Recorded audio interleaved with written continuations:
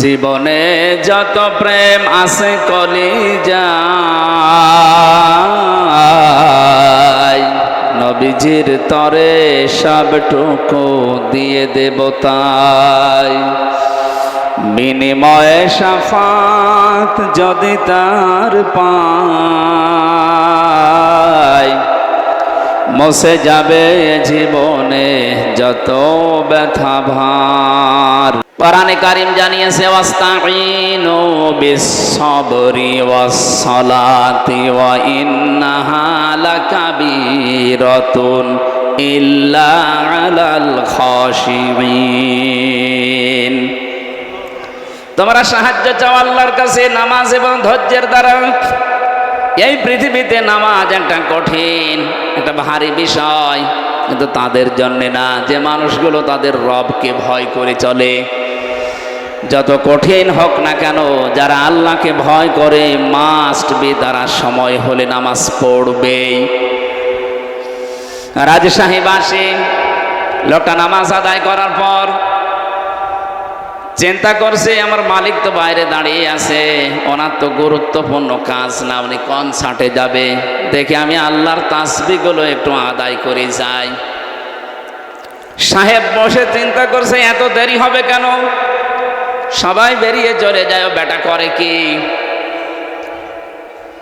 জালানার ফাঁকা দিয়ে উকি মেরে দেখে ও কর গুনতেছে, আঙ্গুল গুনতেছে। চিন্তা করে আল্লাহ এ কি করলাম, এরা মাঝে মাঝে বাজার করতে পাঠায়, এক মাসে কত টাকা আত্মসাৎ করেছে সব একেবারে নিরিবিলি হিসাব করছে। দুনিয়াতে যে যেই চিন্তাধারা নিয়ে চলে সে তার বিপরীতকে ওই চিন্তারই মনে করে।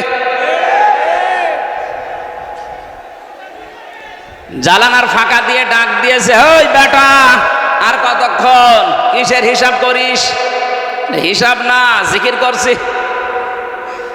চিন্তা করে ধারণা করলাম কি, আরে হলো কি, ঠিক আছে বের হবি না, আমার অনুষ্ঠানে দেরি হয়ে যাচ্ছে। ভেতর থেকে আওয়াজ দিচ্ছে মালিক, যে আল্লাহ আপনাকে বাইরে থেকে মসজিদ পর্যন্ত আসতে দেয় না, ওই আল্লাহ কেন একটা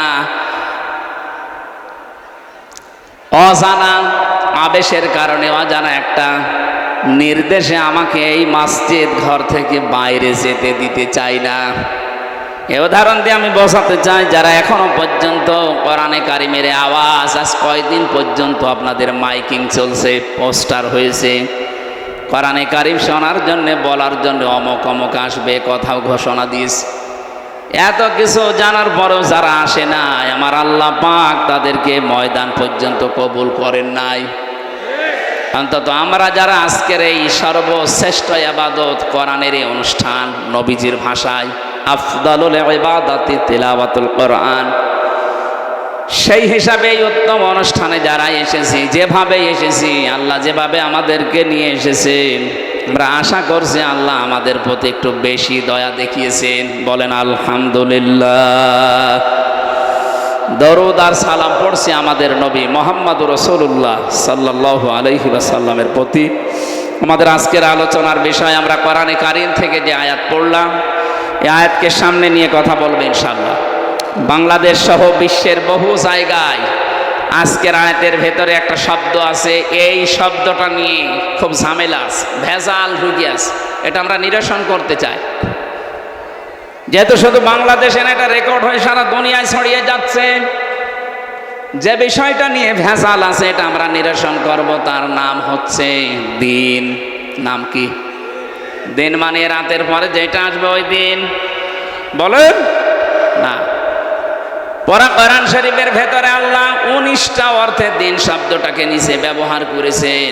আমরা যে অর্থে দিন বুঝি এই অর্থে ওখানে নেই। তাহলে আমরা আন্দাজে দিন অর্থ যেটা বুঝি, দিন মানে ধর্ম, এটা নেই।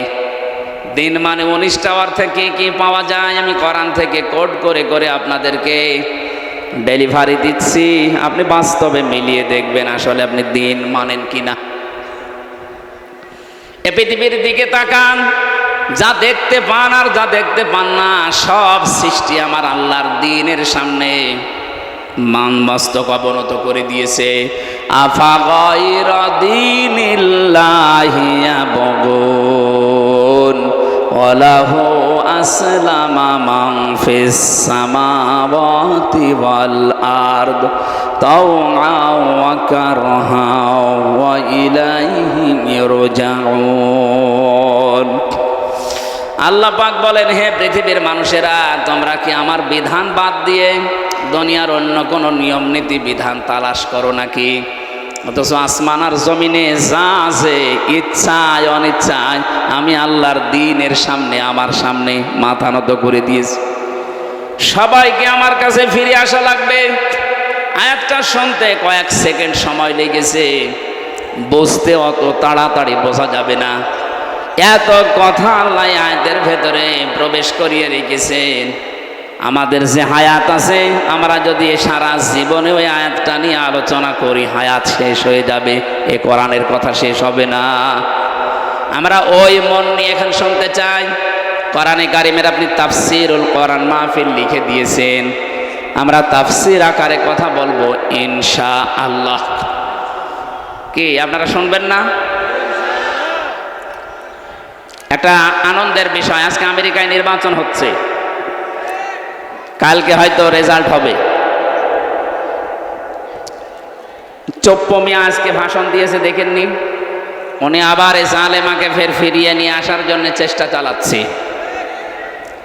9 দফা দিয়ে যারা জীবন দিল, 3732 জন অলরেডি জীবন দিয়ে ফেলেছে, 2780 জন অলরেডি হাসপাতালের বেডে কাতরাচ্ছে। তারা এই জালেমাকে আবার ফিরিয়ে নিয়ে আসবেন আর আপনাকে জনগণ ছেড়ে দেবে এমনি এমনি, এরকম ভেবে বসে আছেন। এই জন্য চপ্পু মিয়া, আমি আশা করব আপনি যে পজিশনে আছেন ওই জায়গাটার দাম আছে, কিন্তু আপনার মতো মানুষের তো দাম থাকার কথা না। আপনি এই 15.5 বছরে এই জালেমাদের সাহায্য সহযোগিতায় নিজেও লিপ্ত ছিলেন। এই জন্য যে লোকটা জানে যে আমার উপরে যে আছে সে জালেম, জানা শোনার পরে যদি কেউ সাপোর্ট করে, সাথে থাকে, নবীজি বলেন সে আমার উম্মত থেকে বের হয়ে যায়। তাহলে এই চপ্পু সহ যারা এতদিন এই 15.5 বছরে জালেমদের সহযোগী ছিল, জেনে শুনে, ওরা একটাও নবীর উম্মত আছে? নবীর উম্মতের বাইরে যারা, আপনি যে নামে ডাকতে পারেন ডাকেন, হয় ইহুদি বলেন, খ্রিস্টান বলেন, বৌদ্ধ বলেন, হিন্দু বলেন, যা বলেন বলেন, নবীর উম্মত না হলে সে অন্য কিছু। এই কথা বুঝতেছেন না? এখানে যারা আসলেন, আমি একটা আনন্দের বিষয় জানাচ্ছি। আগামীকাল পর্যন্ত যদিও অপেক্ষা করা লাগবে না, রাত 12টার পরে আপনারা খবর পেয়ে যাবেন ইনশাআল্লাহ। আশা করছে আনন্দের কিছু আসবে, যেহেতু জালেমা যিনি পালিয়েছেন তার আবার বন্ধু হয় এই ট্রাম্প। আপনারা সে সরাসরি হোক আর গোপনে হোক বন্ধু হয়। স্বামীর বাড়িতে থাকার পরে যদি কেউ বন্ধুর সাথে খুব বেশি আলোচনায় লিপ্ত হয়, ও স্বামীও ওই রকম। কথা বলেন না কেন?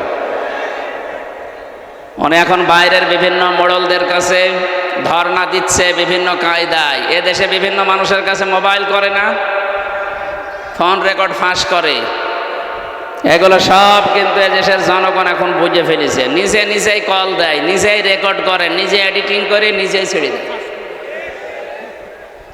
ও মনে করছে দেশের মানুষ এখনো এরকম বোকা আছে। আপনি যদি ডালে ডালে বেড়ান, এদেশের মানুষ এখন পাতায় পাতায় বেড়াচ্ছে। সব বুঝে ফেলি আমরা। কথা বলেন না কেন? উনি এখন ছড়িয়ে বেড়াচ্ছে বিভিন্ন জায়গায় যে আমি নির্বাচিত সরকার, আমাকে উৎখাত করা হয়েছে। এটা ডাহা মিথ্যা কথা। উনি যে নির্বাচিত ছিল এ কথা কুকুরও বিশ্বাস করবে? আপনি কুকুরকে ডেকে জিজ্ঞাসা করেন যে 15.5 বছরে যারা ছিল তারা কি নির্বাচিত না অবৈধ? ও এক বাক্যে যদি কথা বলতে পারে বলবে অবৈধ, আর যদি কথা বলতে পারে না, এই জন্য দেখবেন হাসবে। কথা বলছে না? আমার মনে হয় শয়তানকেও কেউ জিজ্ঞাসা করলে শয়তানও বলবে না, এরা অনির্বাচিত ছিল। কারণ নির্বাচিত হওয়া লাগে যে পদ্ধতিতে, তার নাম হচ্ছে নির্বাচন। যে 15.5 বছরে তো নির্বাচনই হয়নি, তে নির্বাচিত হইলেন কি করে? কথা বলেন। 154 জন আপনি আন্দাজে ঘোষণা দিয়ে হয়ে গেলেন, নির্বাচন হয়নি। এরপরে দিনের ভোট রাতে করে ফেললেন। দিনের ভোট যে এরা রাতে করেছে তার প্রমাণ আমি নিজে, আমার সাথে কারাগারে এক ওসি ছিল, আমারে বলছে হুজুর রাত 12:30টার পরে আমার যা লোকজন আছে এদেরকে নিয়ে আমি আল্লাহর নামে ভোট কাটা আরম্ভ করব। হ্যাঁ, আল্লাহর নামে, যেহেতু উনি মুসলমান, আল্লাহর নামে আরম্ভ করেছে। ফজরের নামাজ পর্যন্ত এ কাজ শেষ করে বাক্স জমা দিয়ে দিলাম। এবার গোসল করলাম ভালো করে, যেহেতু একটু সমস্যা হয়েছে রাতের বেলা। এই পাপ থেকে মুক্ত হওয়ার জন্য গোসল করে ওযু করে নামাজে দাঁড়ালাম। 2 রাকাত নামাজ আদায় করলাম, শুকরিয়ার নামাজ। এরপরে পড়লাম আস্তাগফিরুল্লাহ। হুজুর আমার এই তওবা কি হয়েছে? আমি তওবার ব্যাখ্যা বলেছিলাম কারাগারে একদিন। আমি বললাম তওবা হয়নি, এটা বাটপারি হয়েছে। কারণ আপনি আল্লাহর কাছে তওবা করছেন কোন কারণে? আপনি কি আল্লাহর কাছে অপরাধ করেছেন? আপনি অপরাধ করেছেন হামজার কাছে। কথা বললেন না? একটা এমপি বানাতে 3.5 লাখ 4 লাখ মানুষ লাগে। আপনি আমাদের রায়গুলো নিজে নিজে দিয়ে নিলেন, আর আপনি এখন তওবা করছেন আল্লাহর কাছে। আল্লাহর কাছে মাফ চাবেন কোন কারণে? আপনি কি আল্লাহর কাছে দোষ করেছেন? দোষ করেছেন আমার কাছে। আমার মতো 4 লাখ হামজার কাছে আগে মাফ চান। আমরা যদি মন থেকে বলি ঠিক আছে, তারপর আপনি মাফ পাবেন। এই জন্য 15.5 বছরের জুলমের সাথে যারা জড়িত ছিল, সে নির্বাচন বলেন, মিথ্যা মামলা দিয়ে বলেন, যেভাবে হয়রানি করেছেন, আপনি এখন আস্তাগফিরুল্লাহ পড়লে, এই হাসাও মাহমুদের মতো মায়া কান্না করলে আপনার মাফ হবে না। আপনার মাফ হওয়ার একটা লাইন আছে, আমি লাইনটা বলছি, দেখেন আপনি পারেন কিনা। কে না বলবো না? আমার মনে হয় এই যে এই লাইন একটু বেশি ডিস্টার্ব হচ্ছে। এরা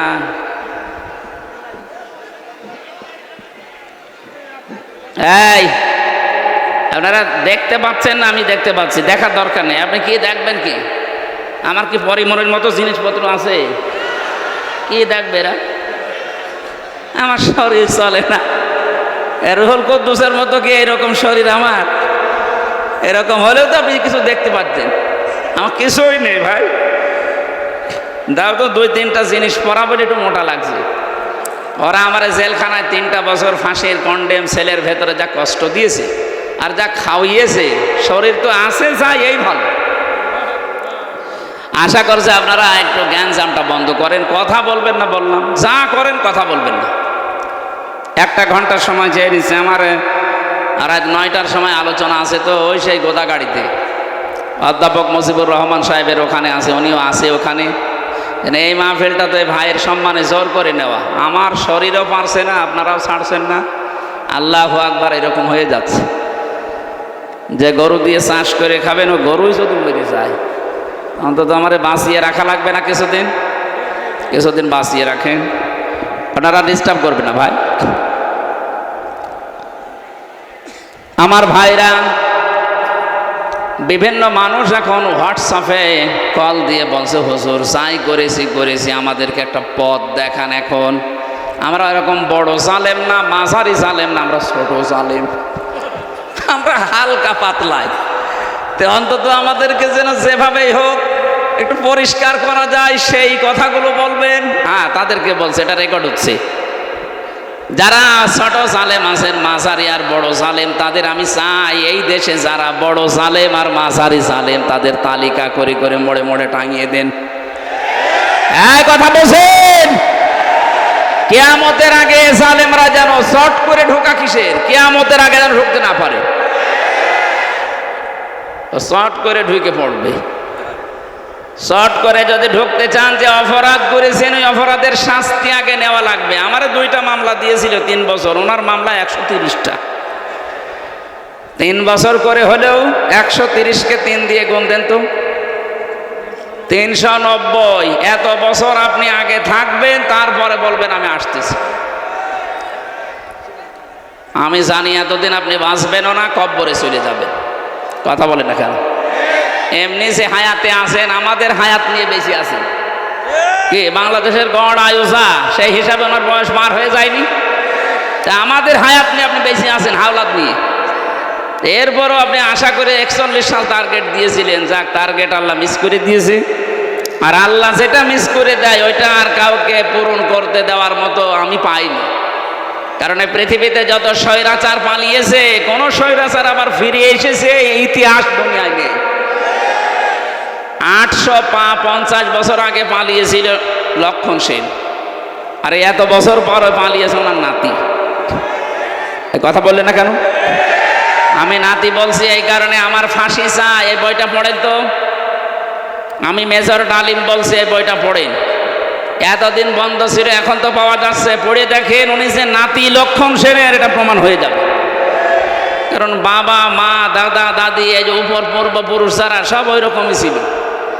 আমি আর নিচে নামলাম না। এরপরেও যদি কেউ না বোঝার ভান করে থাকেন, এদিকে আসেন, কানে কানে বলছি।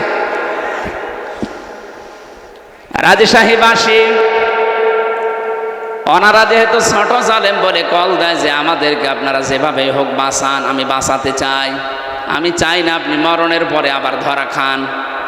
বড় জালেম যারা মাঝারি জালেম, ওরা তো আল্লাহর মামলার আসামি, ওদেরকে বাঁচানোর পদ্ধতি দুনিয়ায় নেই। যারা এই 15.5 বছরে জুলুম করেছেন, ভোট দিতে দেননি, মানুষকে রায় দিতে দেননি, তার অধিকার নষ্ট করে দিয়েছেন। এখন যদি আপনি 18 কোটি মানুষ বাংলাদেশে আছে, এদের কাছে মাফ চাইলেন, এরা মাফ করে দিল। কিন্তু 15.5 বছরে যারা মারা গেল, আপনি তাদের কাছে মাফ চাবেন কি করে? কথা বলেন না কেন? কত বড় মারাত্মক অপরাধ করে ফেলেছেন বলেন তো। আপনার দুনিয়াও শেষ, আখেরাত তো শেষ হয়েই গেছে। জালেমদের আর কোনো বাঁচার পথ নেই।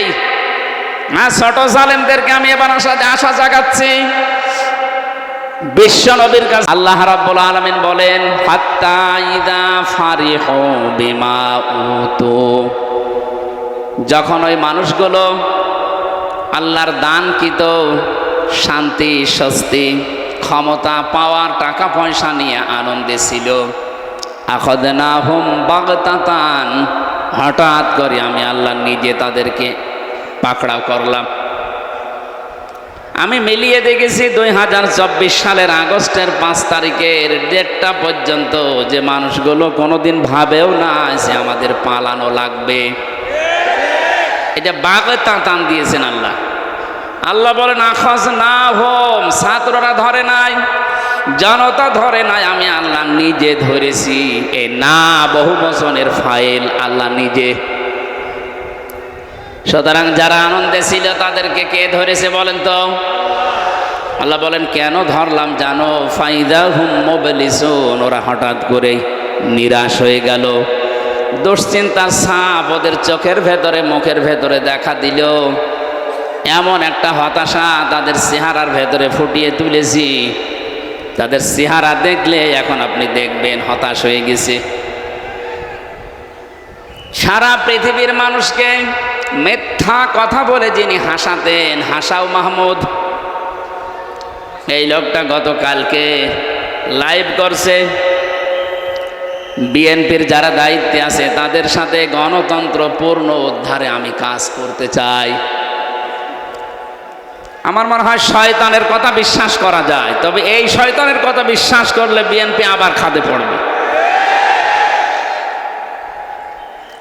এদের মুখে মধু, অন্তরে বিষ। এই কাজগুলো হাসিল করার পরে দেখবেন এমন জায়গায় আপনাকে 15.5 বছর তো, এবার যদি সোতানাতা দিয়ে কোনো কায়দায় এই জালেমরা আবার আসতে পারে, কিয়ামতের আগে আর নামবে না। আল্লাহ বলেন আখাযনাহুম বাগতাতান, আমি নিজে ধরেছি তাদেরকে। এই জন্য আল্লাহ যখন কোনো জালেমকে ধরে তখন সেকেন্ডও সময় দেয় না। 5 মিনিট সময় ছিল, আল্লাহ বলে না 1 মিনিট সময় নেই। দুপুরের খাবার খাওয়ারও সময় দেয়নি। তাহলে এটা কি শুধু ছাত্র জনতা, শুধু আওয়ামী লীগ, বিএনপি, জাতীয় পার্টি, জামাত ইসলাম না, এদেশের শুধু জনতার দ্বারা হয়নি, এটা আল্লাহ নিজে দেখিয়েছে। আল্লাহ কেন দেখালেন? ইন্নামা নুমলি লাহুম লিয়াজদাদু ইসমা, মানুষের পাপের বোঝা যখন পরিপূর্ণ হয়ে যায়, আলাহুম আযাবুম মুহিন, তাদেরকে আল্লাহ অপমানজনক শাস্তি দেওয়ার জন্যে গজব নাজিল করে। এদেরকে যে আল্লাহ অপমান করছে তার প্রমাণ 5 তারিখের পর থেকে আরম্ভ হয়ে গেছে। জালেম যেখানেই সেখানে আল্লাহ অপমান করছে।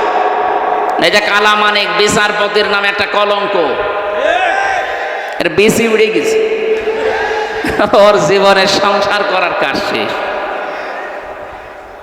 আমি শুনলাম নাকি ওর বেশি একটা গেছে, ওর বাকিটাও চলে যাওয়ার দরকার ছিল। শয়তান, ও বেশি দিয়ে কি করবে? কিসের মানিক বিচারপতি? ওর নামে বিচারপতি লাগালে গোনা হবে? কালা মানিক। আমার মনে হয় মানিক শব্দটা ভালো, তো এ নাম ওর দেওয়া ঠিক না। ও আবু জাহেলের মতো এরকম একটা নাম দেওয়া দরকার। সুতরাং একটা স্বাধীন দেশে এখন স্বাধীনভাবে কথা বলার যে পরিবেশ আমরা পেলাম, এ রাজশাহীতে বহুবার এসেছি, এই মানেশ্বরের বাজারে আসতে দেয়নি, ঘুরিয়ে দিয়েছে। যে মানুষগুলো ঘুরিয়ে দিয়েছিলেন তারা মুসলমান দাবি করতেন, অথচ কোরআন জানাচ্ছে যারা কোরআন প্রচারে বাধা দেয় এরা আল্লাহর ভাষায় কাফের। কাফের মারা গেলে জানাজা হয়, কবরে দেওয়া হয়। ওপেন বলছি, যারা এই 15.5 বছরে কোরআনে কারিম বাধা দিয়েছেন সে সেভাবেই দেন। 14 জায়গায় পারমিশনের নাম নিয়ে বাধা দিয়েছেন, হাওয়া অনুষ্ঠান বন্ধ করে দিয়েছেন, আলেমদের মাইক কাড়ি নিয়েছেন। আপনারা মারা গেলে আমি আশা করব এদের যেন জানাজা কবরে না দিয়ে আগুন দিয়ে পুড়িয়ে ফেলা হয়, কারণ ওই এমনও জাহান্নামে যাবে। আমি আগে থেকেই আগুন ধরিয়ে দিই।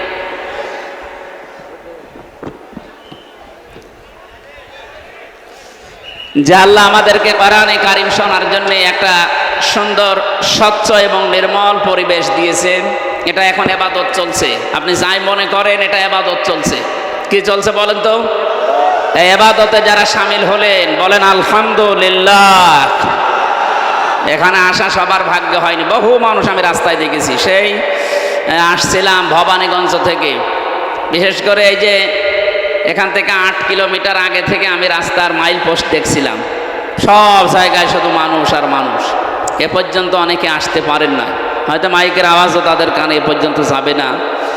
যারা এসেছি আল্লাহ আমাদেরকে অবশ্যই কোরআন এবং হাদিসের নির্দেশ অনুযায়ী আমি দেখতে পাচ্ছি আমাদেরকে ভালোবেসেছেন।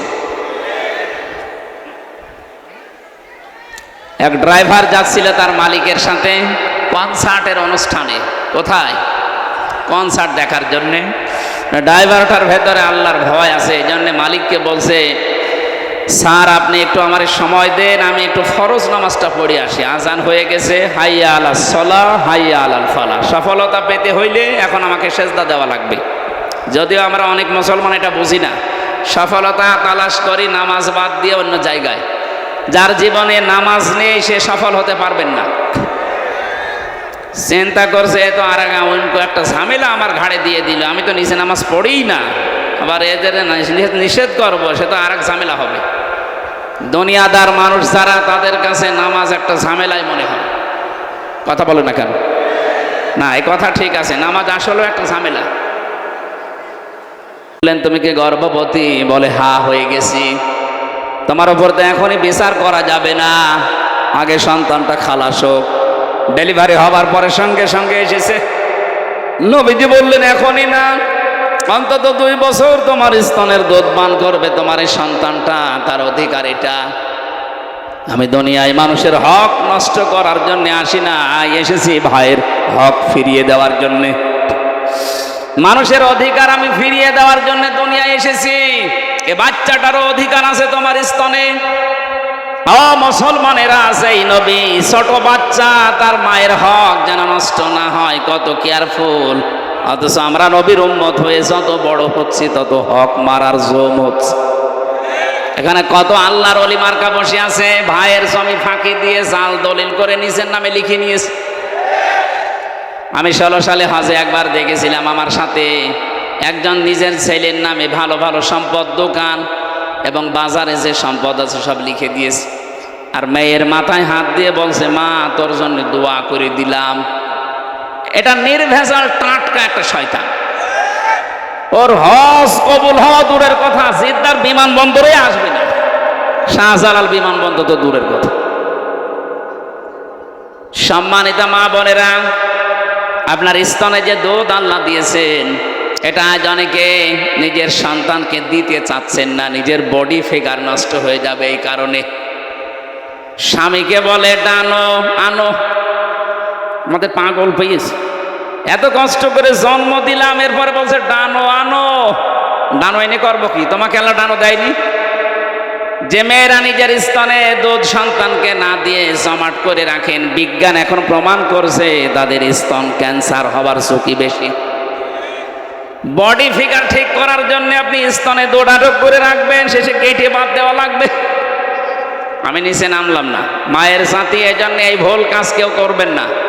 পৃথিবীর কোনো জিনিস যদি কেউ এক জায়গায় জমাট করে রাখে দেখবেন নষ্ট হয়ে যায়।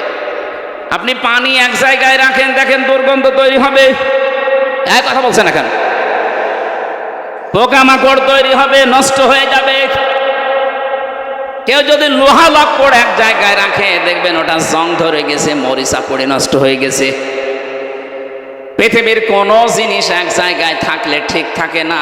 যত নড়াচড়া করবে, যত চাপবে, তত দেখবেন ভালো জিনিস আসতে থাকবে। নদীর পানি আপনি যত ছেড়ে দেবেন দেখবেন নত স্বচ্ছ নির্মল পানি আসবে। আর যদি জমাট বেঁধে রাখেন পোকামাকড় তৈরি হবে, দুর্গন্ধ তৈরি হবে। পৃথিবীর নিয়মই এইটা, কোনো জিনিস এক জায়গায় রাখলে ঠিক থাকে না। ঠিক ক্ষমতাও এক জায়গায় রাখলে ঠিক থাকে না। এই জন্যে তো 15 বছরে এত গরম হয়েছে।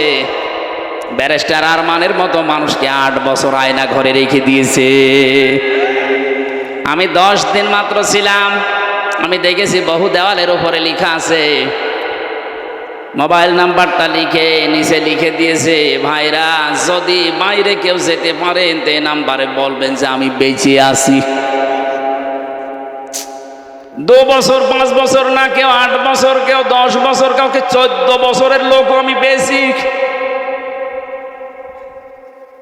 এখন এইরকম অপরাধের সাথে যারা জড়িত, ওরা যদি শুধু আস্তাগফিরুল্লাহ পড়েই বলে আমার মাফ হয়ে গেছে, কে বলিস আপনাকে? আমি যে কথাটা বোঝানোর জন্য বলছিলাম, মেয়েদের আপনারা এই ভুলটা করবেন না। সামনে কিন্তু আপনার সন্তানের প্রতি আপনার মহব্বত আল্লাহ নষ্ট করে দেবে। কারণ স্তনে যে দুধ আল্লাহ দিয়েছে এর ভেতরে আল্লাহ সন্তানের জন্য আল্লাহ মহব্বত ঢেলে দিয়েছেন। যদিও দুধ যদি মা পান না করায় মায়ের গোনা হবে না, কারণ এই দায়িত্বটা বাবার। নতুন মনে হচ্ছে না? এখানে আলেম নেই। সূরা বাকারা 2 নম্বর পারা 17 নম্বর পৃষ্ঠার 1ম নম্বর লাইনের 233 নম্বর আয়াতে আছে, ওয়ালিদাতু ইরদি'না আওলাদাহুন্না হাওলাইনি কামিলাইনি লিমান আরাদা আইয়ুতিম্মার রাদা। আল্লাহ পাক বলেন, পৃথিবীতে আমি দায়িত্ব দিলাম সন্তানকে কমপক্ষে 2 বছর দুধ পান করানো লাগবে। এ দায়িত্ব মায়ের না বাবার? হ্যাঁ, আপনি কি আলেম? শব্দের দিকে খেয়াল করবে তো আলেমরা। আয়াতের দিকে তাকান, লিমান আরাদা আইয়ুতিম্মার রাদা। এখানে মুআন্নাস শব্দ নেই, মুযাক্কার শব্দ আছে। পুরুষের নাম আল্লাহ দিয়েছেন। পুরুষ মা হয় না বাবা হয়? তাহলে সন্তানকে দুধ খাওয়ানোর দায়িত্ব বাবার। বাবার যেহেতু মেশিন পত্র নেই, আছে আর এটা সম্ভব, সেই জন্য মাকে যদি এই দায়িত্ব পালন করতে হয়, মা যদি বলে না আমি করব না, আমারে টাকা দেওয়া লাগবে, এক একটা সন্তানের জন্য আমারে 2 লাখ করে টাকা দেওয়া লাগবে, আপনাকে তাই দেওয়া লাগবে। আমার মনে হয় মাইকে এটা বলা ঠিক হইল না। কারণ আমারও 1 মাস 2 দিন আগে একটা বাচ্চা হয়েছে, ও ছাতা যদি এখন শোনে বলবে 5 লাখ টাকা দাও, নাই তো তোমার মেয়ে তুমি নিজে খাওয়া। আমি একটা বিপদে পড়ে গেলাম তো। না, মা বোনেরা, এটা দায়িত্ব আপনার না। আপনি না খাওয়ালে গোনা হবে না। যদি স্বামীকে বলেন যে 5 লাখ টাকা লাগবে এক একটা সন্তানের জন্য, নাই আমি দুধ দেব না, আপনার ছেলে যা করবেন করেন। শেষে স্বামী যদি বাধ্য হয় 5 লাখ টাকা দিয়ে দুধ খাওয়াতে, তাও খাওয়ানো লাগবে। রুহুল কুদ্দুস সাহেবের 9টা ছেলে মেয়ে, ওনার বউরা যদি বলে এক একটা ছেলে মেয়ের জন্য 5 লাখ, 5 নং কত হয়? 45 লাখ টাকা করে দেওয়া লাগবে। না, আমি এই মাসলাটা বললাম কোরআনে কারিমের আয়াত দিয়ে, এই কারণে দায়িত্বটা, এই কি গো, এই কাজ করলে কথা বোঝানো যায়।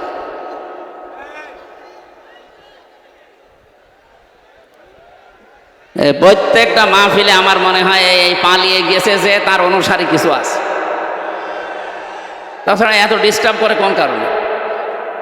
যারা এই দেশের বৈধ নাগরিক এখন, তারা তো ডিস্টার্ব করছে না। দেখেন তো সব কি নিশ্চয় হয়ে বসে আছে। ওরা মনে হয় ওই দলের লোক। এরপরও যদি না থামে এমন কথা বলবো জীবনে মুখ দেখাতে পারবো। নেন এবার কথা বলেন তো, এই চুপ করেন। এই গাছগুলো কেটে ফেলার দরকার ছিল না, এই জন্যই তো কলেজ ময়দানে দিয়েছিল, কিন্তু আসলে দুর্ভাগ্য ওনাদের পরীক্ষা চলছে, এই কারণে কর্তৃপক্ষ এখানে দিয়েছে। আপনারা আরেকটু শোনেন ভাই, আমি আয়াতটা পর্যন্ত তো চাই। দেখেন কোরআনে কারিমের এই আয়াতে আল্লাহ কি জানাতে চেয়েছেন আমাদের, নতুন নতুন কিছু কথা এখান থেকে আসবে ইনশাআল্লাহ।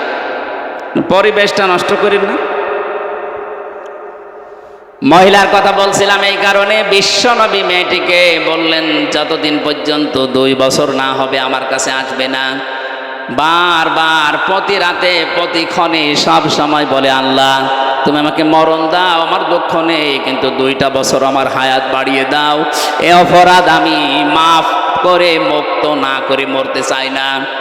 2টা বছর পরে যখন শক্ত খাবার খাওয়া শিখেছে, কলে করে নিয়ে আসলেন, হে রাসূল এই দেখেন আমার এই ছেলে শক্ত খাবার খেতে পারে, আপনি আমার বিচার করে আমাকে মুক্ত করেন। নবীজি ওই সন্তানটাকে একটা সাহাবীর হাতে তুলে দিলেন, দায়িত্ব দিয়ে বললেন এই মেয়েটাকে মাটির ভেতরে গেড়ে দাও, চারিদিক থেকে পাথর মারা আরম্ভ করো। হযরতে খালিদ ইবনে ওয়ালিদ বলেন, আমি এমন একটা জোরে নিক্ষেপ করলাম পাথর, মহিলার নাকে লাগার পরে ফিনকি দিয়ে রক্ত আমার শরীরে গেছে। আমি ভৎসনা দিলাম, গালি দিলাম, রাগ করলাম, ভোরকঞ্চিত করলাম, নবীজি শুনে ফেলেছেন। বিশ্ব নবীর কানে আওয়াজ যাবার পরে নবীজি বললেন, খালিদ থামো, এ কথা কখনো বলবা না। আমি নবী, তুমি নবী না। আমি যা দেখি তুমি দেখতে পাও না, আমি যা বুঝেছি তুমি বুঝতেও পারো না। আমি দেখতেছি, জিবরাইল আমাকে জানিয়ে গেল এই মহিলার যে কাকুতি মিনতি, যে তাওবা, এর যে শাস্তি দুনিয়ায় নেওয়ার জন্য এত আগ্রহ, আমার আল্লাহ এত বেশি পছন্দ করেছে এর তাওবাটা। যদি দুনিয়ায় কোনো জালেমও এইভাবে তাওবা করে, আল্লাহ তাকেও মাফ করে দেবেন না। সুবহানাল্লাহ পড়েছেন যারা, এবার হিসাব করবে, একটু খেয়াল করে ভাই। আপনাকে আমার ওয়াজ শোনানোর জন্য এসেছে, এটি সামনে চলে আসে, ভালো করে শুনবেন। কেন এই হাদিসটা বললাম? জন্মের পর থেকে এগুলো শুনছেন আমি জানি, কিন্তু এখানে এই শিক্ষাটা আমরা অনেকে জানি না। প্রথম শিক্ষা হচ্ছে, নবীজি ওই মহিলাকে কিন্তু বলতে পারতেন যে তুমি আরব দেশের লোক, এই দেশে তো আরবি ভাষা মাতৃভাষা, তোমাকে আমি একটা দোয়া শিখিয়ে দেই, পড়লেই তোমার গুনাহ মাফ হয়ে যাবে। বলতে পারতেন না? উনি বলতে পারতেন যে আস্তাগফিরুল্লাহ রাব্বি মিন কুল্লি, পড়ে নাও একবার, তুমি যা করেছো মাফ হয়ে যাবে। নবীজি বলেন নাই, প্রথমে বলেছিলেন যে চেপে যাও, কাউকে বলবা না। কিন্তু মহিলা বলছেন না, আমি মুক্ত হতে চাই, এই গুনাহ থেকে আমি মুক্ত হতে চাই। তাহলে কিয়ামতে আল্লাহ যেন বিচার আর ডবল করে না করে। দুনিয়াতে কোনো অপরাধের শাস্তি যদি একবার হয়ে যায়, ওই অপরাধের জন্য আল্লাহ কিয়ামতে আর ডবল করে আদালত বসাবে না। মহিলাকে আল্লাহর নবী যা করেছিলেন, 3বার ঘরত দিয়েছেন, একবার খালাস হওয়া পর্যন্ত সন্তান ডেলিভারি, 2 নম্বরে যতদিন শক্ত খাবার খাওয়া না শিখে। এই 2টা বছরের ভেতরে ওই মহিলার যে পেরেশানি ছিল, এই 2টা বছরের ভেতরে দুধ ছাড়া পর্যন্ত যত টেনশন পেরেশানি ছিল, আমার আল্লাহ এই পেরেশানি টেনশনের কারণে তার পেছনের অপরাধগুলো মাফ করে দিয়েছেন। যতটুকু বাকি ছিল এই যে বিচার কার্য সম্পাদনের মাধ্যমে, আমি আগেই বললাম না, দুনিয়াতে কোনো অপরাধ করার পর ওই অপরাধের শাস্তি যদি কোরআনে বর্ণিত, হাদিসে বর্ণিত নিয়ম অনুযায়ী আপনি করে ফেলতে পারেন, তাহলে ওই গুনাহ কিয়ামতে আল্লাহ ডবল করে আর বিচার করবে না। মেয়েটার যেহেতু বিচার হয়ে গেছে, এই জন্য নবীজি বললেন, খালিদ এ কথা বলবা না, কারণ আমি নবী, তুমি নবী না। আমি যা দেখতে পাচ্ছি তুমি তো দেখতে পাও না। এই মহিলার এই কাকুতি মিনতি, অনুশোচনা, অনুতপ্ত হওয়া এবং এই বিচার কার্যটা করার কারণে আল্লাহ এত বেশি খুশি হয়ে গেছে, কোন জালেম পর্যন্ত এভাবে তাওবা করলে আল্লাহ তারেও মাফ করে দেবে। সুতরাং 15.5 বছরে যারা জুলুম করেছেন, আপনি তো নিজেই জানেন যে আপনি জালেম। আপনার কারণে হাজারো মানুষ ঘরে থাকতে পারেনি, এই কথা বলে না কেন? আপনার কারণে হাজারো মানুষের ব্যবসা প্রতিষ্ঠান বন্ধ হয়ে গেছে। আপনার কারণে মিথ্যা মামলায় জর্জরিত হয়ে চাঁদের মতো মানুষ জেল খেটেছে। আমি তো নিরপরাধ, কারণ আমার মামলা কয়েকদিন আগে খালাস হয়ে গেছে। আদালত জানিয়েছে আমার কোনো দোষ নেই, আমি নির্দোষ। তাহলে আমার মতো মানুষকে আপনি 3 বছর তাও ছেলে দেননি, দিয়েছেন ফাঁসির কন্ডেম ছেলে। আমার সাথে কেউ যেন দেখা না করে, কথা না বলে, সিসি ক্যামেরা দিয়েছেন। কি করেছিলাম এত কোরআনের কথাগুলো সেইভাবে আল্লাহ যেই ফোর্সে বলে ওইভাবে বলতাম, এইটাই আমার অপরাধ। তাছাড়া আমি আপনার মেয়ের দিকে তাকিয়েছি, আর আপনার যে মেয়ে ওদিকে তাকানো যায়? কথা বলে না কেন? ওর যে মেয়ে তাকানোর মতো, তার নিজের স্বামী পর্যন্ত চলে গেছে, তো ওর দিকে আমি কি করে তাকাবো? আমি আপনার ঘর ভাঙি নাই কেন? গোপালগঞ্জে আমি এই জীবনে মাত্র একবার গেছি।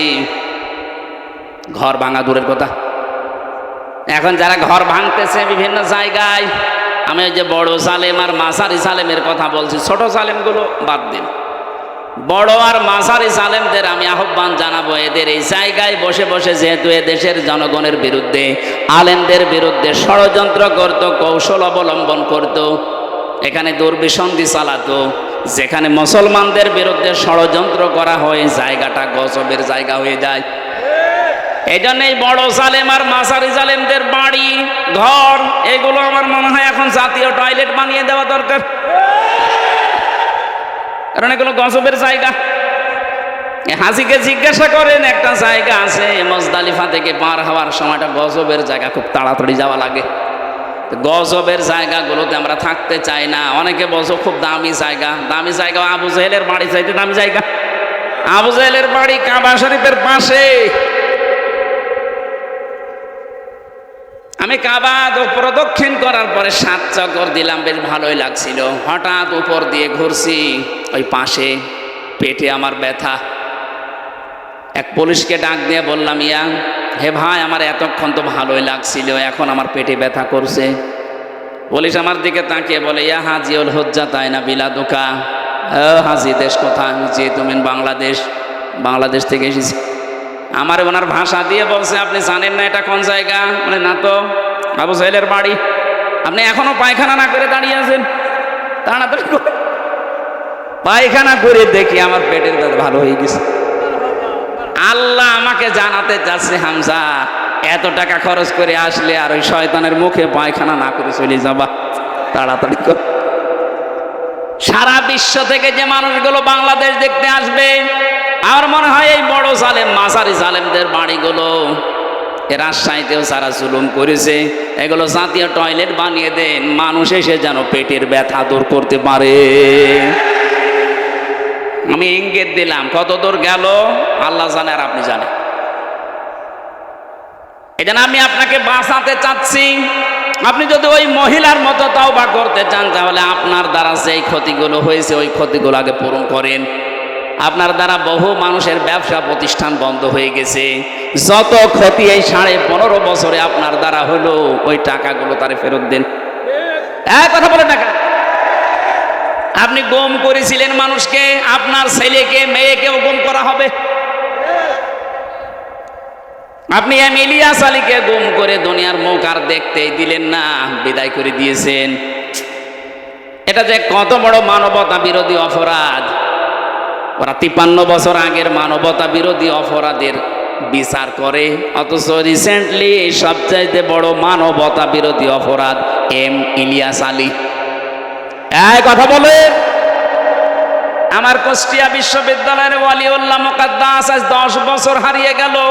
ওরা যে বেঁচে আছে না মারা গেছে তা পর্যন্ত আমরা জানি না।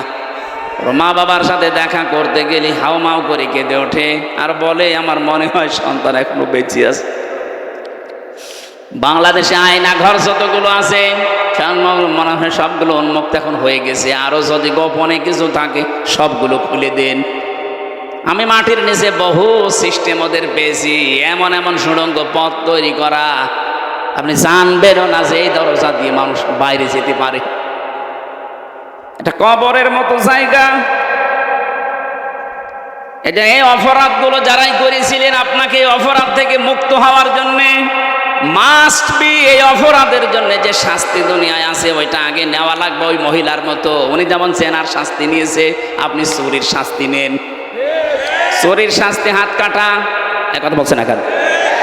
আমার মনে হয় এই শাস্তি যদি এখন এই দেশে এখন কার্যকর হয়, বহু মানুষের হাত ঝলবে। যারা ডাকাতি করে এক প্রকার ডাকাতি, ওইটা মানুষকে বিনা কারণে ধরিয়ে আবার নিজেই ছাড়িয়ে দেয়, মাঝখানে 5 লাখ টাকা নেয়। আমারে যারা ধরেছিল ওরা নিজেরাই আমারে ছাড়িয়েছে, মাঝখান থেকে আমার বাবার কাছ থেকে 3 বছরে প্রায় 32 লাখের উপরে টাকা খেয়েছে। তাহলে এই টাকাগুলো এখন ফেরত দেবেন। আমার মামলার আয়ু নিয়েছে প্রায় 10 লাখ। ও বলেছে আমরা আর মামলা দেব না, যা বলতে বলছি এই কথাগুলো বলবেন আর টাকা দেন 10 লাখ। বাবা তো গ্রাম্য মানুষ, ও ভয়ের চোটে টাকা 8 লাখ একদিনে দিয়ে দিয়েছে। ও শয়তানরা কথাও রাখে নাই, পরের দিন আবার আর একটা মামলা দিয়েছে। আপনি কথাটা তো রাখতে পারতেন। এই জন্য আমার কাছে যে অপরাধ করেছেন আমি জীবনও আপনাকে মাফ করব না, আগে আমার ওই 32 লাখ টাকা ফেরত দেন। আর আমার মতো 3 বছর ফাঁসির কন্ডেম ছেলে থাকেন মাটির নিচে, যেখানে আপনি উল্টা করে আমার 11 ঘন্টা ঝুলিয়ে রেখেছিলেন, আমিও ঝোলাবো আপনাকে। এমনি এমনি ঝুলিয়ে রাখলে তো ভালো, চোখ কালো কাপড় দিয়ে বেঁধে দিয়ে, পায়ের সাথে দিয়েছে ডান্ডা বেড়ি, হাত পেছনে দিয়েছে হ্যান্ডকাফ, মাজায় দড়ি দিয়ে 11 ঘন্টা একেবারে টাঙিয়ে দিয়েছে। আমি 4 রক্ত নামাজ পড়েছি আন্দাজে ইশারায়, জানি না এখন নামাজের সময় কিনা, কি করব? তাহলে জিজ্ঞাসা করার মানুষ নেই। মাটির নিচে অন্ধকার ঘর। এগুলো যারা করেছিলেন এই মানুষগুলো এখন বসে আস্তাগফিরুল্লাহ। কিসের আস্তাগফিরুল্লাহ? আপনি কি আল্লাহর কাছে দোষ করেছেন আস্তাগফিরুল্লাহ পড়ছেন? দোষ করেছেন হামজার কাছে, কথা বলেন না কেন? দোষ করেছেন চাঁদের কাছে। আগে আমাদের কাছে বলা লাগবে, এরপরে আমরা মন থেকে যদি বলে, আমরা মন থেকে বললে হবে না, আমার বউ মাফ করা লাগবে, কারণ তার অধিকার ছিল আমার প্রতি। আমার 2টা মেয়ে মাফ করা লাগবে। হ্যাঁ কথা বলেন। আমার ছোট মেয়েটা এখনো পর্যন্ত আমার চেনে না, 4 বছর হয়ে গেল, ডাক দিলেও কাছে আসতে চায় না। ও মনে করে এরকম হুজুর বহু আসে। কি একটা দুঃখ বলেন তো। হজে নিয়ে গিয়েছিলাম, এই জায়গায় হুজুর আমার সাথে ছিল, আমার কাছে আসতে চায় না। হুজুর জিনিসপত্র কিনে দেয়, খালি ওর কাছে।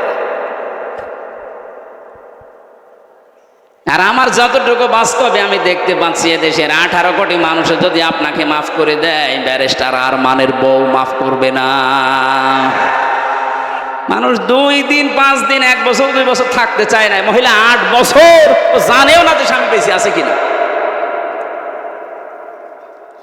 এই সমস্ত অপরাধ থেকে মুক্ত হতে হলে আপনার দ্বারা যতটুকু যার যে পরিমাণ ক্ষতি হয়েছে ওই ক্ষতি আগে পূরণ করেন, এরপরে আস্তাগফিরুল্লাহ পড়েন। আমি আশা করছি আমার এই ছোট কথা আপনি বুঝে ফেলেছেন, তাহলে আপনি মাপ পাবেন। কিয়ামতে আল্লাহ আপনাকে ছাড় দেবে, তাছাড়া কিয়ামত পর্যন্ত আস্তাগফিরুল্লাহ পড়ে আপনার কোনো মাপ নেই। আল্লাহ আমাদেরকে এইভাবে তাওবা করার তৌফিক দিন, বলেন আমিন। আমরা সূরা আলে ইমরানের 83 নাম্বার আয়াতটা পড়েছি। আলোচনার বিষয় বলেছিলাম যে দিন এই শব্দ নিয়ে যেহেতু ভেজাল চলছে, এটা নিরসন করা দরকার। আপনারা করবেন তো? আমি কোরআন থেকে হাদিস থেকে কোট করে যা বলছি এইভাবেই দুনিয়াতে আমাদের মানা লাগবে। দিনের অর্থ প্রধানত 19টা, আমি সামারাইজ করে 10টা অন্তত বলি, কারণ যেহেতু 9টায় ওখানে যাওয়া লাগবে, এই জন্য তাড়াতাড়ি করছি। আরো আগে উঠতে পারলে আমার মনে হয় ভালো হতো। দিনের প্রথম অর্থ হচ্ছে কিয়ামতের দিন। তাহলে দিন মানে রাতের পরে যে দিন আসবে এই দিন না, দিন মানে আসল হচ্ছে কোন দিন? কিয়ামতের দিন। বলেন বলেন। আল্লাহ নিজে দলিল দিয়েছেন কোরআনে কারিমে, মালিকে ইয়াউমিদ্দিন, কিয়ামতের দিনের মালিককে। এটা যাদের ভেতরে দৃঢ়ভাবে বিশ্বাস জন্মাবে যে কিয়ামতের দিবসের মালিক আল্লাহ, ওর জীবন পরিচ্ছন্ন হতে বাধ্য। আল্লাহ দিন মানে কিয়ামতের দিন খেলা করার জন্য দেয়নি। এটা যদি সত্যি আপনি বাস্তব জীবনে প্র্যাকটিক্যাল লাইফে সেট করতে পারেন যে দিন মানে আর একটা দিন আসতেছে, আমাকে দাঁড়ানো লাগবে ওই দিন, ওর জীবন থেকে হারাম ইনকাম বন্ধ হয়ে যাবে। কারণ চিন্তা করবে আমার আসল দিন সামনে পড়ে আছে, এই দিন দিন না, আরো দিন আছে, এই দিন নিয়ে যাবে ওই দিনের কাছে। এই বিশ্বাস যার ভেতরে যত বেশি বদ্ধমূল, তার জীবন তত বেশি পরিচ্ছন্ন। খলিফাতুল মুসলিমিন হযরতে ওমরের জীবন আমি পড়েছি, তার জীবনটা পরিচ্ছন্ন হওয়ার পেছনে কারণ এই দিন। 24 ঘন্টায় টেনশনে থাকতেন। এটা বিচার দিন আছে, ওই দিনে আল্লাহ যদি আমাকে সামনে দাঁড় করিয়ে বলে, ওমর বলো দেখি 26 বছর পর্যন্ত তুমি তো দিন মানোনি, কি করেছ ওই 26 বছর, জবাব দাও, আমি ধরা খেয়ে যাব। এই যে সবসময় চিন্তা করতেন কি করে এই দিন থেকে বাঁচা যায়। নিজের সন্তানটাকে ভর্তি করে দিলেন মাদ্রাসায় আব্দুল্লাহ। হযরতে আলীর সন্তান হোসাইন ওই মাদ্রাসায় পড়তো। বারবার টেবিল থেকে কলম ফেলে দেয় আর বলে আব্দুল্লাহ তুলে দাও। 3 বার তুলে দেওয়ার পরে উনি বললেন কি বারবার আমার কলম তুলতে বলো, আমি কি তোমার খাদেম চাকর নাকি? হযরত হোসাইন বললেন তুমি তো চাকর শুধু না, খাদেম না, খাদেমের বাচ্চা খাদেম। সেই সময় তিনি প্রেসিডেন্টের ছেলে। এ কথা শোনার পরে গেছে রাগ হয়ে, বাড়িতে গিয়ে বলছে আব্বা আমি আর মাদ্রাসায় যাব না, হোসাইন আমাকে অপমান করে গালি দিয়েছে, তোমারেও গালি দিয়েছে, আমি নাকি খাদেমের বাচ্চা খাদেম। ঠিক আছে বিচার এখন না, জমার দিন আমি বিচার করব। জমার দিন হাজার হাজার মানুষ যখন মসজিদে নববীতে, হযরত ওমর আলোচনা করছিলেন, খুতবাটা বন্ধ করে হোসাইনকে বললেন এদিকে আস, তুমি আমার ছেলেকে গালি দিয়েছো খাদেমের বাচ্চা খাদেম বলে। হ্যাঁ দিয়েছি। কেন দিলে? ইমাম হোসাইন বলে খলিফা বুকে হাত দিয়ে বলেন আপনি কি আমার নানার খাদেম ছিলেন না? হযরত ওমরের কথা বন্ধ হয়ে গেছে, চোখ দিয়ে দরদর করে পানি ঝরছে। ডাক দিয়ে বলে হোসাইন আমি তো এভাবে চিন্তা করি নাই, আমি তো খাদেম ছিলাম। এই কথাটা তুমি লিখে দিতে পারবে? কাগজ কলম নিয়ে আসেন। ছোট মানুষ তো আবেগেই বলেছে কাগজ কলম নিয়ে আসেন। খেজুরের পাতা নিয়ে এসেছে, উনি লিখে দিলেন এ ওমর আমার নানার খাদেম ছিল, আমি দেখেছি, ইতি হোসাইন ইবনে আলী। সই করে দিলাম যান। কাগজটা হাতে নিয়ে চমা খেলেন, ডাক দিয়ে বলে নবীর সাহাবীরা বিচার হয়ে গেছে। ছোট মানুষ আব্দুল্লাহ তো বোঝে না, বলে আব্বা বিচার শুরুই করলে না, কি করে হয়ে গেল? হোসাইনকে শাস্তি দিবা না? হযরত ওমর বলে সন্তান যে শাস্তি পেয়েছি এটা শুধু দুনিয়া না আখিরাতেও কাজে লাগবে। আমি যখন মারা যাব এই কাগজটা আমার কাফনের ভেতরে দিয়ে দিও। যেই দিন আল্লাহ আমাকে তার সামনে ডাকবে, কিচ্ছু যদি আমার জীবনে কবুল না হয় এই কাগজটা দেখাবো। আর রব্বুল আলামিন কিয়ামতের এই কঠিন ময়দানে কোটি কোটি মানুষ আমার সামনে দাঁড়িয়ে আছে, এই কাগজটার দিকে একটু তাকাও। আমার জীবনের কিছু যদি তোমার পছন্দ না হয়, কাগজের দিকে লেখা আছে আমি নবীর খাদেম ছিলাম, এও ছিল আমার মাফ। তারা কিয়ামতের দিন নিয়ে কোন চিন্তায় ছিলেন, আর আমরা আছি কোন ধান্দায়? আমি একা একা মাঝে মাঝে যখন থাকি আমার আনমনা হয়ে যায়, মাঝে মাঝে মনে হয় আল্লাহ তুমি যদি বলো হামসা 2024 সালের অক্টোবর মাসের 31 তারিখ পর্যন্ত তোরে মাফ করে দিলাম, যা তোর কোনো বিচার নেই, শুধু নভেম্বর মাসের 1 থেকে 5 এই 5 দিনের হিসাব দিয়ে জান্নাতে চলে যা। আমি হামজার যা অবস্থা, এ 5 দিনের হিসাব দেওয়া সম্ভব না। আপনারা পারবেন না? আপনারা পারবেন? দিন খালি নাম শুনে দিন, এটা যে কত ভয়ঙ্কর। বিশ্ব নবী নিজে প্রতিদিন কিয়ামতের এই ভয়াবহ হিসাব থেকে 100 বার আল্লাহর কাছে বলতেন আল্লাহুম্মা ইউহাসাবু হিসাবা ইয়াসিরা, আল্লাহুম্মা হাসিবনি হিসাবা ইয়াসিরা। আল্লাহ তুমি যাই করো আমার সাথে অন্তত আমার হিসাবটা সহজ করে দিও। কিয়ামতের ময়দানে 3 প্রকার বিচার আল্লাহ করবেন। 1 নম্বরে আল্লাহর বিচারে কোনো অবিচার থাকবে না। আল্লাহর বিচারে কোনো অবিচার। আল্লাহ যদি ন্যায় বিচার করে কেউ জান্নাত পাবে না। কি কথা বলছেন না কেন? আল্লাহ যদি ন্যায় বিচারও করে কেউ জান্নাত যেতে পারবে না। প্রশ্ন আসতে পারে অবিচার নেই তার বিচার ব্যবস্থায়, ন্যায় বিচার করলেও জান্নাত পাবে না, তো করবে কি? একটা পদ্ধতি আছে। উনি যদি বলে বিনা বিচারে আমি তোরে মাফ করে দিলাম, এই লোকটা জান্নাত পাবে। আজকে বিশাল ময়দানে লক্ষ লক্ষ মানুষ নিয়ে আমি হামজা মুসাফির অবস্থায় আছি, মাজলুম অবস্থায় আছি, অসুস্থ আছি। যেহেতু মাজলুমের দোয়া, মুসাফিরের দোয়া, অসুস্থ মানুষের দোয়া নবীজি বলেছেন এটা কবুল হয়ে যায়। হাজারো হাসি নিয়ে হাজারো গাজি নিয়ে দোয়া যেন প্রত্যেকের কপালে এটা লিখে দেয় যে তোর বিচার নেই, যা। আল্লাহ যাকে মাফ করতে চাইবেন তাকে একটা চাদর দিয়ে ঘিরে নেবেন সব মানুষ থেকে আলাদা করে। মনে করে রুহুল কুদ্দুসকে আল্লাহ মাফ করবে, ডাক দেবে রুহুল আমার সামনে আয়। চারিদিকে একটা পর্দা দিয়ে চাদর দিয়ে ঘিরে দুনিয়ার মানুষ থেকে আলাদা করে নেবে। আল্লাহ নিজের সামনে দাঁড় করিয়ে বলবে রুহুল বলতো এই এই করেছিলি। নিজে নিজেই তখন স্বীকার করতে বাধ্য হবে, কারণ জানে যে আমার চোখের পলক আল্লাহর জানা আছে। লজ্জায় নিজের মাথা নত করে বলবে, আল্লাহ আমি করে ফেলেছি, আমার নফসের ধোকায় যৌবনের তাড়নায় আপনি আমারে মাফ করে দেন। এর এই কাকতি মিনতির দিকে তাকিয়ে আল্লাহ যারে মাফ করতে চাইবে শেষে বলবে, যা তোরে আমি মাফ করে দিলাম। যত মানুষ আজকের এই কোরআনের অনুষ্ঠানের সাথে জড়িত, যতটুকু আপনি এগিয়ে এসেছেন, এই ওসিলা করে আল্লাহ যেন কিয়ামতে আপনাকে এরকম গোপনে মাফ করে দেন, বলেন আমিন। জানে দিনের এই বিশ্বাসটা পরিপূর্ণ বদ্ধমূল করা লাগবে আমাদের অন্তরে। হযরত ওমর তিনি জান্নাতের একটা সার্টিফিকেট দুনিয়ায় থাকতে পেয়ে গিয়েছিলেন, যে 10 জন মানুষ শোনেন যে জান্নাতের গ্যারান্টি প্রাপ্ত, তার ভেতরে তিনি 2 নাম্বার। তার যদি এই চিন্তা থাকে দিন নিয়ে, কিয়ামতের দিন, তাহলে আমাদের কত চিন্তা থাকা দরকার বলেন তো।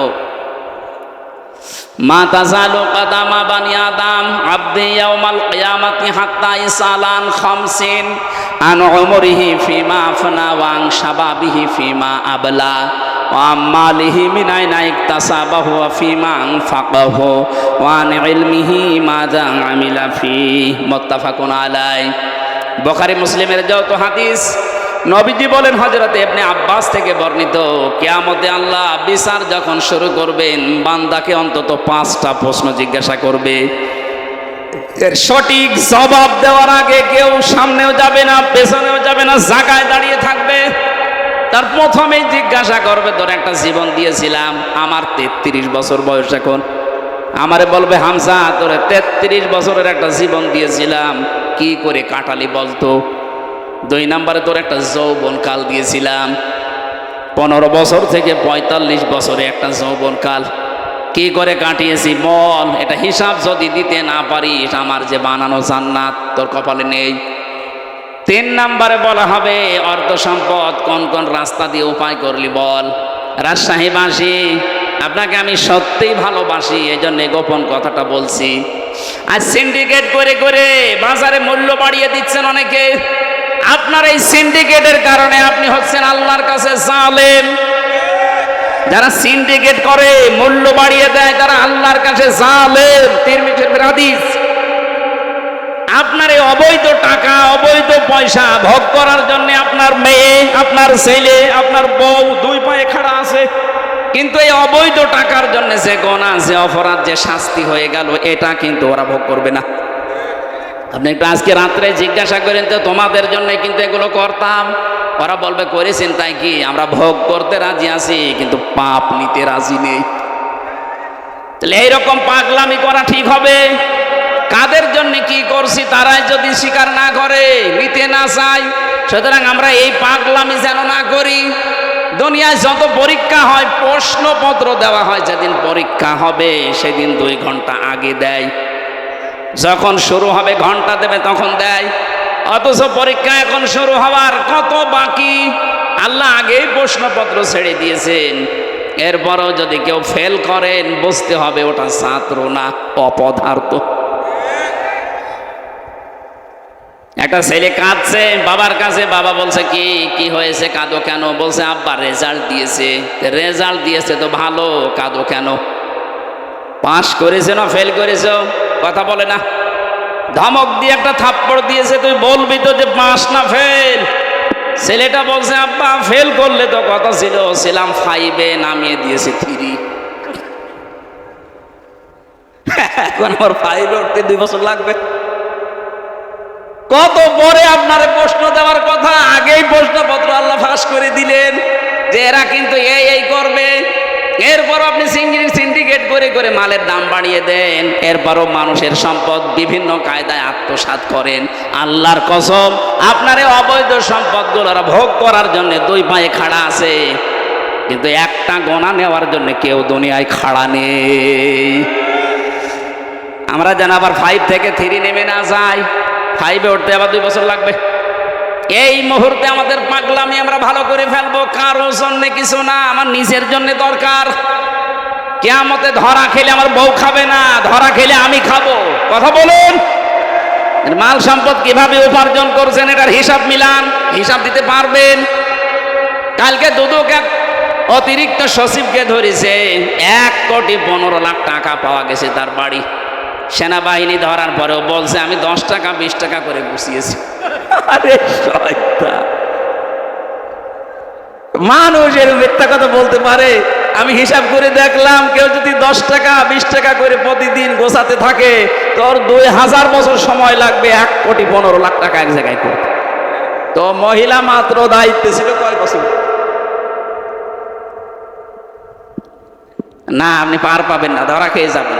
যেভাবে উপায় করছে, বৈধ রাস্তায় উপায় করলে একটা মানুষের 630টা বাড়ি বানানো পৃথিবীতে সম্ভব না, অথচ বাংলাদেশে বানিয়েছে। এই কথা বলেন না কেন?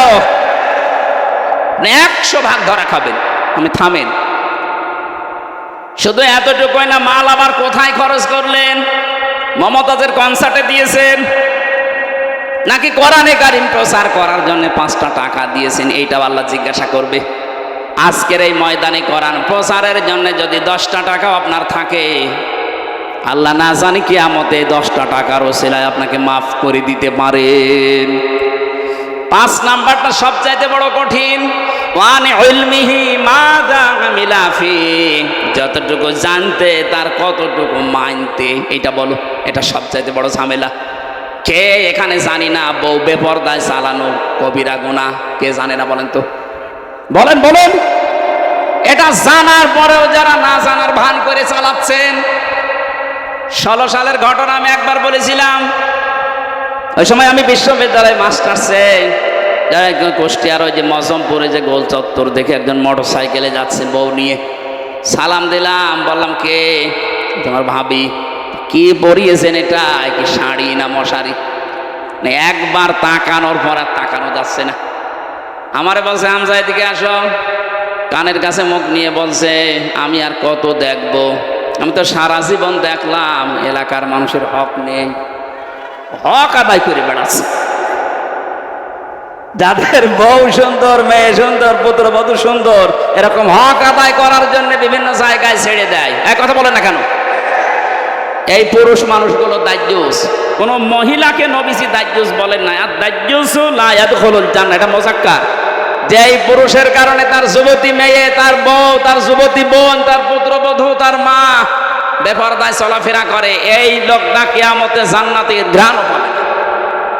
সুতরাং আমরা যেন সতর্ক হয়ে থাকি। যতটুকু আমরা জানি অতটুকু মানার চেষ্টা করি। কিয়ামতের দিনের গুরুত্বপূর্ণ বিষয় হচ্ছে এই 5টা। আমার মনে হয় 5টা প্রশ্নের উত্তর জোগাড় করা আমাদের অনেকেরই নেই। আমি সহ যারা এসেছি প্রত্যেকেই 5টা প্রশ্নের জবাব এখন থেকে জোগাড় করার চেষ্টা চালাবো ইনশাআল্লাহ। আমরা আগামীতে মাহফিল দিলে একটা মাহফিল নেবেন। আজকে 3টা চলছে, আমার শরীরও পারছে না, ওখানে এখনো 1 ঘন্টা কথা বলা লাগবে। আজকের মতো শেষ করে যাচ্ছি। রাজশাহীতে আর একটা অনুষ্ঠান আছে, ওই দিন কথা বলবো ইনশাল্লাহ। আর রুহুল ভাইয়ের আহ্বানে সাড়া দিয়ে আমি আবার আসবো। আল্লাহুম্মা আমিন। লা ইলাহা ইল্লা আনতা সুবহানাকা ইন্নী কুনতু মিনাজ জালিমিন। রব্বুল আলামিন সময় হাতে নেই, এই জন্য আমরা পুরো ব্যাখ্যাটা শেষ করতে পারি নাই। যতটুকুই বলেছি আমাদের আমল করার তৌফিক দাও। আজকের বিশাল আয়োজনে যদি খুশি হয়ে থাকো, সওয়াবগুলো নবীজির রওজায় পৌঁছিয়ে দাও। দুনিয়ার মাটির নিচে যারা ঈমান নিয়ে ঘুমিয়ে গেল, আল্লাহ মাফ করে দাও। রব্বুল আলামিন, তোমার বান্দা বান্দিরা বহু কষ্ট করেছে, আজকে এদের এই কষ্টের প্রতিদান দাও। এদের যাওয়া আসায় নেকি দান করো। যে যতটুকু শুনেছে জীবনে তুমি সেট করে দাও। মাহফিলের প্রধান অতিথিকে কবুল করো, একটা মাসলুম মানুষ। আল্লাহ তাআলা তোমার আবু সাইদ চাঁদ এই বান্দাকে কবুল করে নাও। সম্মানিত সভাপতি আজকের মাহফিলের খলিলুর রহমান সরকারকে মঞ্জুর করো, যার মাধ্যমে আসলাম। আল্লাহ বড় ভাই হাফেজ রুহুল আমিনকে তুমি কবুল করে নাও। তার স্ত্রী পুত্র সন্তানাদি যেগুলো দিয়েছো সহি সালামতে রাখো। দুনিয়ার আপদ বিপদ থেকে তাদেরকে বাঁচাও। এলাকায় মাটির নিচে যত মানুষ ঘুমিয়ে আছে, কোরআনের ইজ্জতে মাফ করে দাও। আগামীর বাংলাদেশ তুমি কোরআনে কারিমের হাতে তুলে দাও। চর্ম চোখে যেন দেখতে পারি তোমার কোরআন দিয়ে এই দেশের 56,000 বর্গ মাইল চলছে। মরণ আসলে আমাদের জবানে জারি করে দিও লা ইলাহা ইল্লাল্লাহু মুহাম্মাদুর রাসূলুল্লাহ।